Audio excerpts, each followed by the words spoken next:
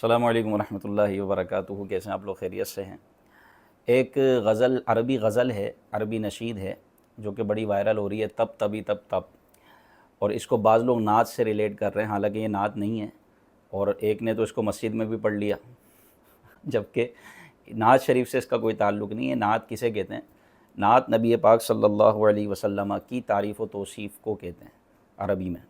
تو یہ ایک عربی غزل ہے جس کو ایک عرب کے عالم نے لکھی ہے۔ اس کا پورا بیک گراؤنڈ ہے، ایک پورا پیچھے ایک واقعہ ہے جو میں آپ کو انشاءاللہ ذکر کرتا ہوں، لیکن یہ یاد رکھیں یہ نعت نہیں ہے، نہ اس کو مسجد میں پڑھا جائے اور نہ اس کو نعت سمجھا جائے۔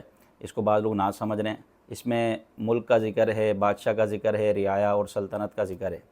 اب اس کا بیک گراؤنڈ کیا ہے؟ تب تبھی تب تب، یہ بڑی ہی مشکل ترین غزل ہے عربی میں۔ اس کا بیک گراؤنڈ یہ ہے کہ ایک سلطنت عباسیہ میں ایک خلیفہ گزرا ہے، خلیفہ ابو جعفر منصور۔ یہ عباسی جو سلطنت تھی، عباسی خلفاء جو آئے، ان میں ایک خلیفہ تھا ابو جعفر منصور۔ یہ آج سے تقریباً 1200 سال پہلے کی بات ہے۔ تو ابو جعفر منصور، اس کو اللہ نے غضب کا حافظہ دیا تھا، اور یہ جو ایک مرتبہ سنتا تھا وہ یاد کر لیا کرتا تھا۔ اس کا ایک غلام تھا، وہ اس کو بھی اللہ نے بڑا مضبوط حافظہ دیا، اور قوی الذہن تھا اور بلا کا ذہین تھا۔ وہ 2 مرتبہ جو سنتا وہ یاد کر لیتا۔ پھر اس کی ایک باندی تھی، کنیز تھی، وہ 3 مرتبہ جو سنتی وہ اس کو یاد کر لیتی۔ تو یہ ان تینوں میں اللہ نے اس طرح حافظہ اور قوی الذہنی تقسیم کی ہوئی تھی، یہ بڑے ذہین تھے۔ اب ہوتا یوں تھا کہ پہلے بادشاہوں کے درمیان میں شعراء، شاعر اپنے اپنے اشعار لکھ کر لے کر آتے تھے اور بادشاہ کو سناتے تھے، جس کی وجہ سے ان کو انعام و اکرام ملتا اور بادشاہ ان کو نوازتا تھا۔ ان کی یوں روٹی روزی کی ترکیب بنتی تھی، اور یوں ان کا روزگار چلتا تھا۔ تو بڑے بڑے شعراء ہوتے تھے جو ملک کے اوپر، سلطنت پر، بادشاہوں پر، پچھلے واقعات پر اشعار کہا کرتے تھے، جن کو بادشاہ جو ہے وہ انعام و اکرام سے نوازتا اور ان کی روزی روٹی چلتی اور ان کا گزارا ہوتا۔ اب ابو جعفر منصور کا جب دور آیا تو اس نے سارے شعراء کی روزی روٹی بند کر دی۔ ایک طرح سے ان کے ساتھ اس نے لطیفہ کیا، ایک پرینک کیا۔ وہ اس طرح کہ یہ جو سنتا تھا وہ یاد کر لیا کرتا تھا۔ تو اس نے اپنی سلطنت میں اعلان کیا کہ ایسا قصیدہ، ایسا شعر یا ایسا کلام کوئی لکھ کر لے کر آئے جو میں نے نہ سنا ہو، تو میں اس کو اس کے وزن کے مطابق، جس پر اس نے یہ شعر، اشعار، یہ قصیدہ وغیرہ لکھا ہوگا، اس کے وزن کے مطابق اس کو میں سونا دوں گا۔ اب شعراء شاعر حضرات آتے، جب وہ اشعار سناتے ابو جعفر منصور کو، تو چونکہ اس کے پاس حافظہ تھا تو وہ سن کر یاد کر لیا کرتا۔ ابو جعفر منصور کہتا کہ بھائی یہ تو میں نے پہلے سنا ہوا ہے، تم نے کوئی نیا قصیدہ تو نہیں لکھا، کوئی نیا اشعار تو نہیں لکھے؟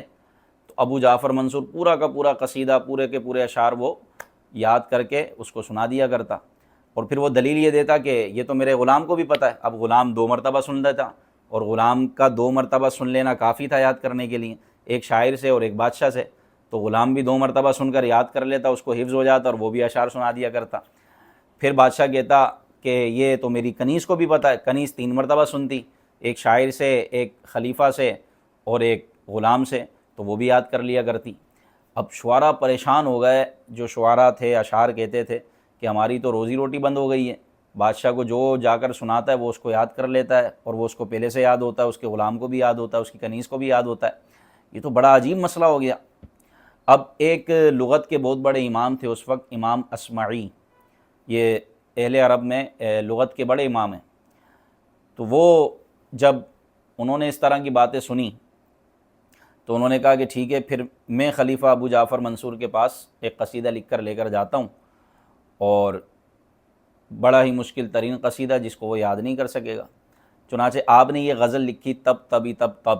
یہ بڑی مشہور ہوئی اور بڑی مشکل ترین جو ہے وہ غزل لکھی، اور یہ لکھ کر بادشاہ کے پاس لے کر گئے۔ خلیفہ ابو جعفر منصور نے کہا کہ سناؤ بھائی کیا شعر لے کر آئے ہو؟ تو آپ نے یہ پوری غزل جو ہے نا عربی میں یہ سنائی۔ اب یہ انتہائی دشوار اور انتہائی مشکل الفاظ، اس میں بار بار حروف کی تکرار ہو رہی۔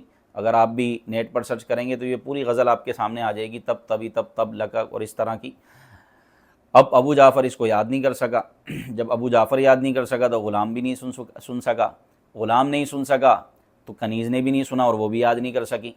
تو اس طرح خلیفہ ابو جعفر منصور وہ قصیدہ، وہ اشعار تب اس کو یاد نہ کر سکا، لہذا اپنے وعدے کے مطابق اب سونا دینا تھا، اپنے وعدے کے مطابق اب خلیفہ کو سونا دینا تھا، تو اس نے کہا کہ بھائی تم کس چیز پر یہ لکھ کر لے کر آئے ہو؟ تو امام اصمعی نے کہا کہ میں ایک پتھر پر لکھ کر لے کر آیا ہوں، اور وہ پتھر اتنا وزنی تھا کہ 10 افراد اس کو اٹھا کر لے کر آئے۔ اب جب 10 افراد لے کر آئے تو اس کے وزن کے مطابق بادشاہ نے وعدہ کیا تھا کہ میں سونا دوں گا، لہذا سلطنت کا آدھے سے زیادہ سونا، بادشاہ کا بیت المال کا آدھے سے زیادہ سونا جو ہے وہ امام اصمعی کو دیا گیا۔ دربار میں ایک شخص نے کہا کہ لگتا ہے کہ یہ اصمعی ہیں، کوئی اور نہیں ہے۔ انہوں نے اپنے چہرے پہ نقاب ڈالا ہوا تھا۔ خلیفہ ابو جعفر منصور نے کہا کہ آپ اپنے چہرے سے نقاب ہٹائیے۔ جب انہوں نے چہرے سے نقاب ہٹایا تو وہ اصمعی تھے۔ تو خلیفہ نے کہا کہ آپ نے ایسا کیوں کیا؟ اور آپ کو ایسا نہیں کرنا چاہیے تھا، آپ تو لغت کے بہت بڑے امام ہیں، عام شعراء تو نہیں ہیں، عام میں تو عام شاعروں سے میں نے یہ وعدہ کیا تھا۔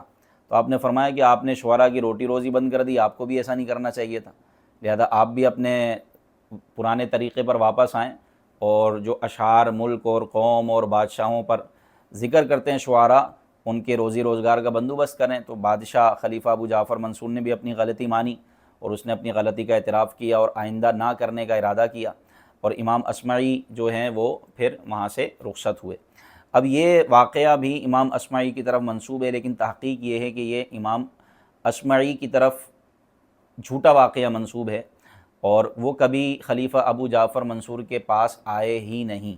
البتہ وہ کوئی دوسرے اصمعی تھے جنہوں نے یہ قصیدہ لکھا اور منسوب ہو گئے لغت کے امام اصمعی کی طرف، اس کو منسوب کر دیا گیا، حالانکہ وہ کوئی دوسرے اصمعی تھے جنہوں نے یہ پورا غزل لکھی تھی، پوری غزل تحریر کی تب۔